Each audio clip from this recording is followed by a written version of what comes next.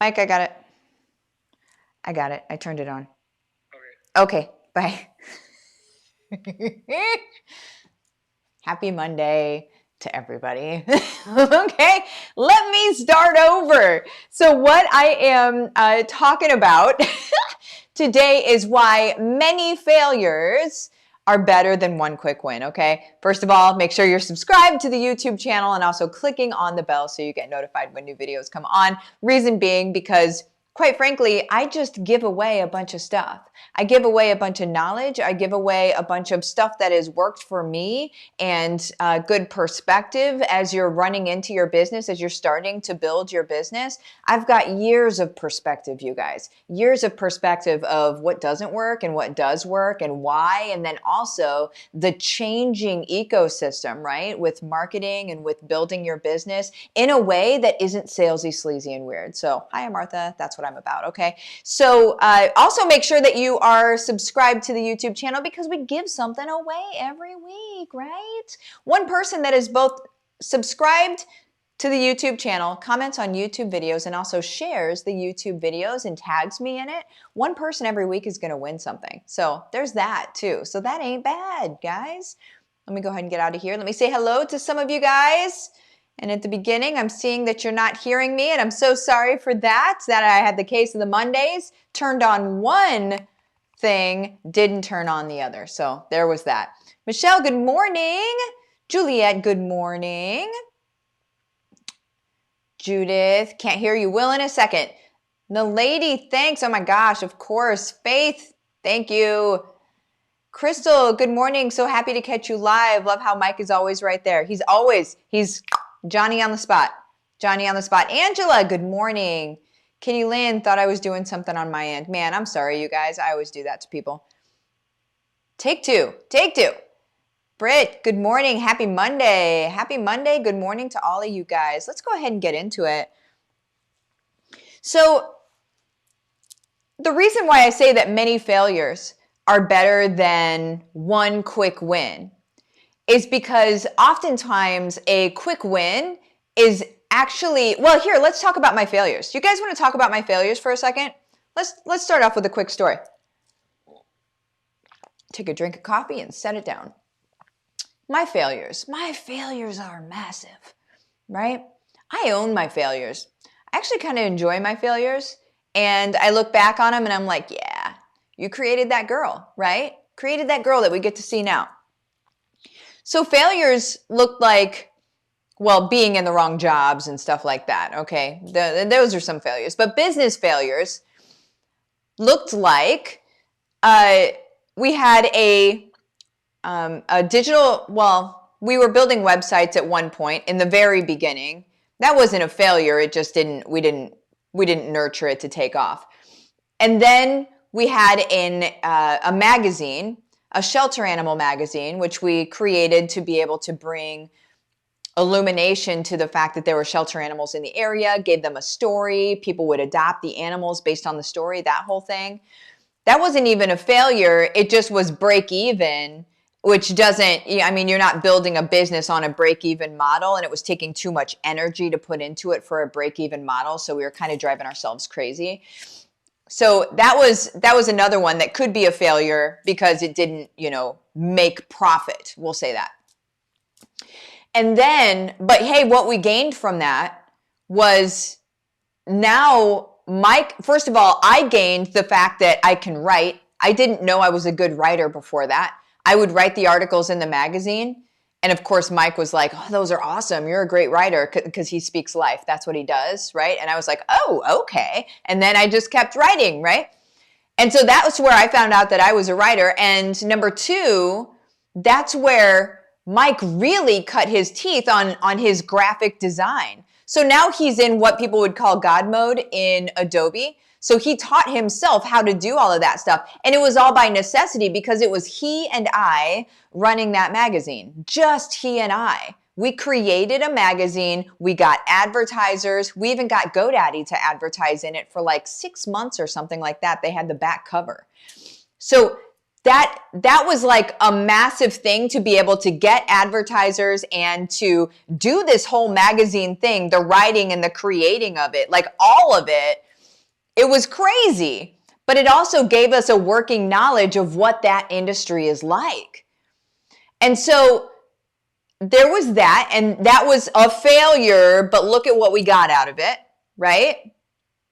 And then we went into, what did we go into at that point? We went into opening our actual digital marketing agency. And that was born out of, okay, here's this magazine model, but we really want to be able to help the customers better, like the people that are paying for ads, because you can't really track a lot of data from magazine ads unless somebody's using a coupon code or something like that. But you're not able to track a lot of data that's coming from that. So you don't really know who it's going in front of, and you don't really know the conversion of what that is. And from a marketer standpoint, that's like, we really need those numbers, you know? So then we started our own digital marketing agency, and we were like, okay, we're going to be able to track this stuff now. Now it's not just, you know, the ambiguous data, ambiguous like just billboard stuff, but it's data. I can see who clicks on something. I can see who converts, right? I can see whether something's working or if it's not working. And so that was born out of the magazine, which looked like a failure. We also had a dog walking company, and we still do technically. It's just Mike's mom runs it.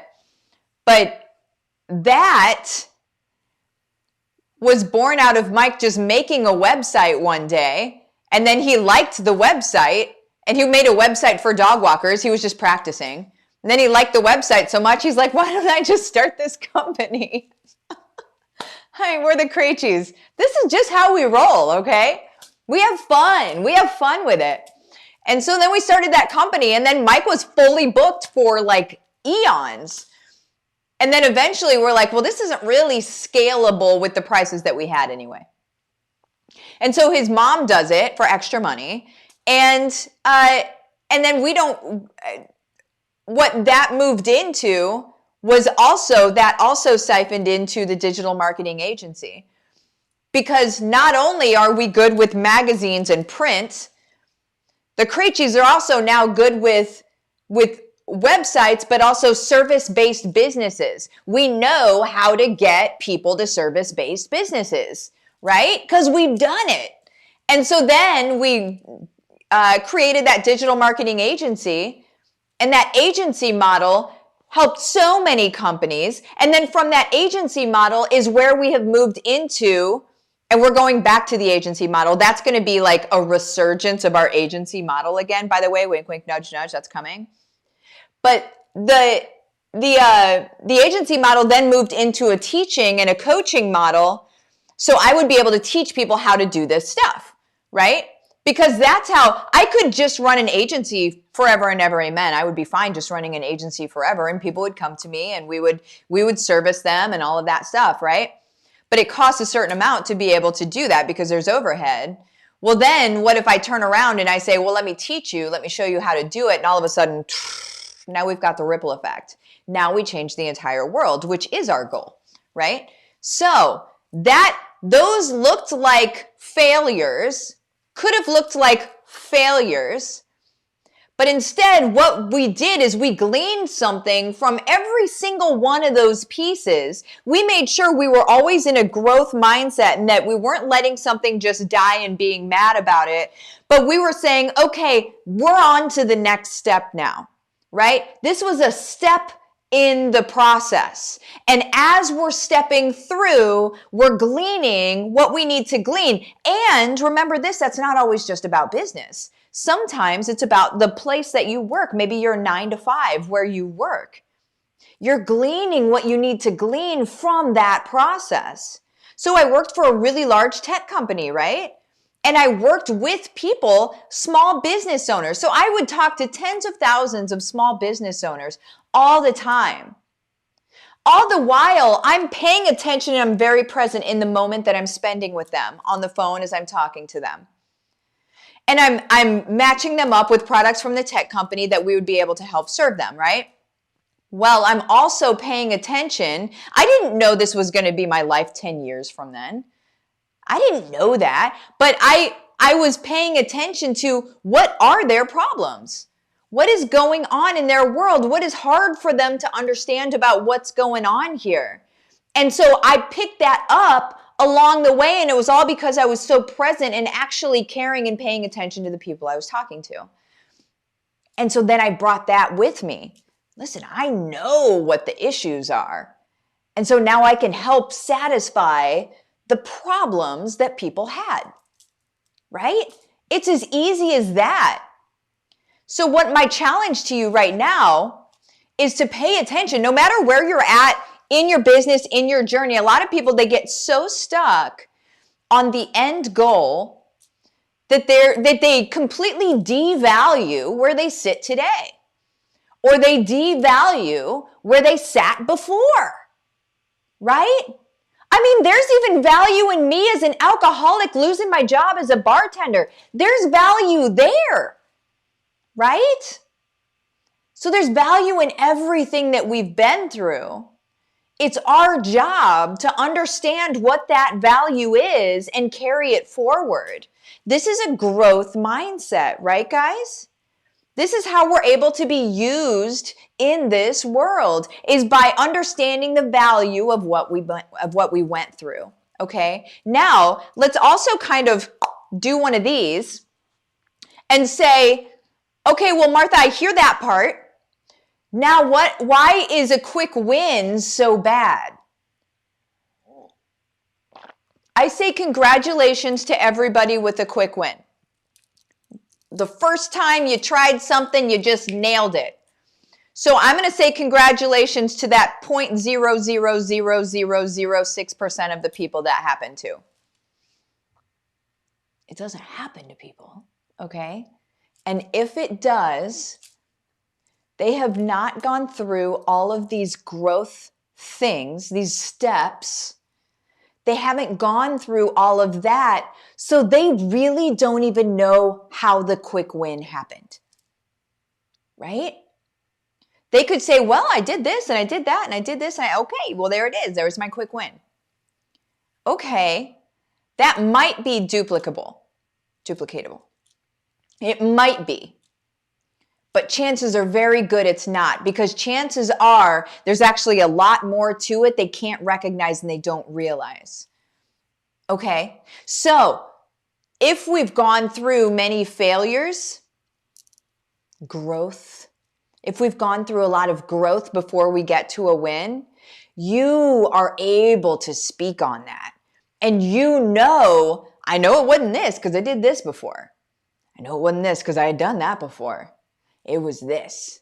This was the difference. Because you can point out a difference so much more easily, and you can own that win so much more easily whenever you have growth behind it. Okay? So this is why I'm saying that many failures leading to a win is better than just a quick win.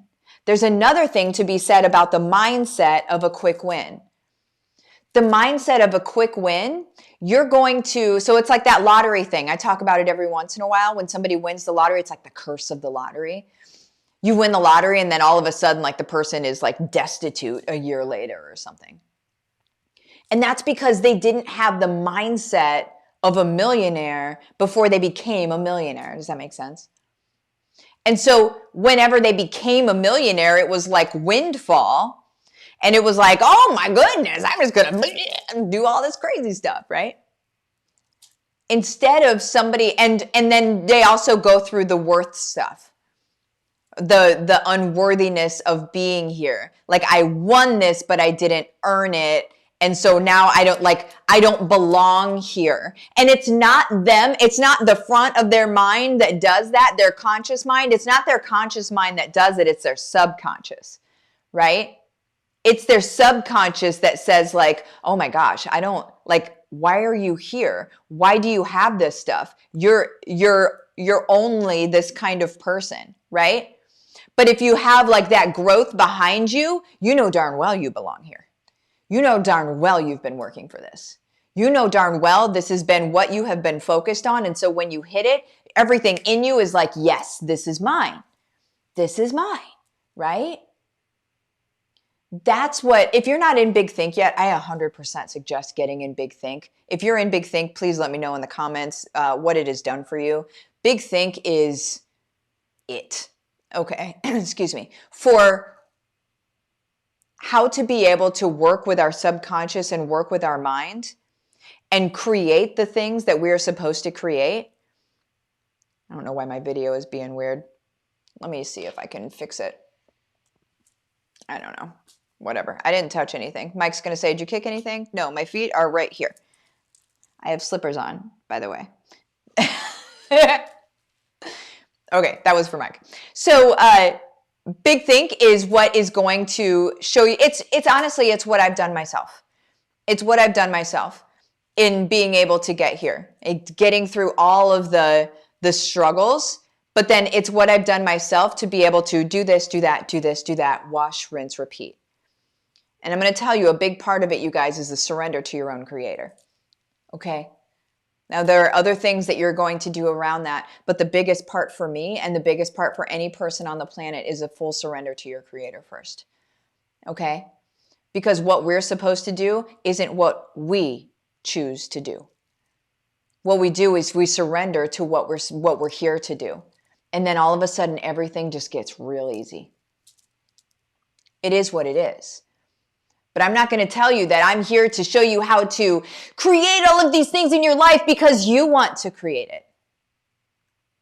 I'm here to show you how to create all of these things in your life because they're for you and because they're yours. But you need to understand that. And then I can show you how to make the yours part, how to really fall in line with that so you're not second guessing and questioning and getting scared about it all the time, which keeps yours away from you. Okay? That's Big Think. All right? So anywho, oh my word, I went really long today. So I am going to pop out of here. You guys, love you. Have the best day. Bye-bye.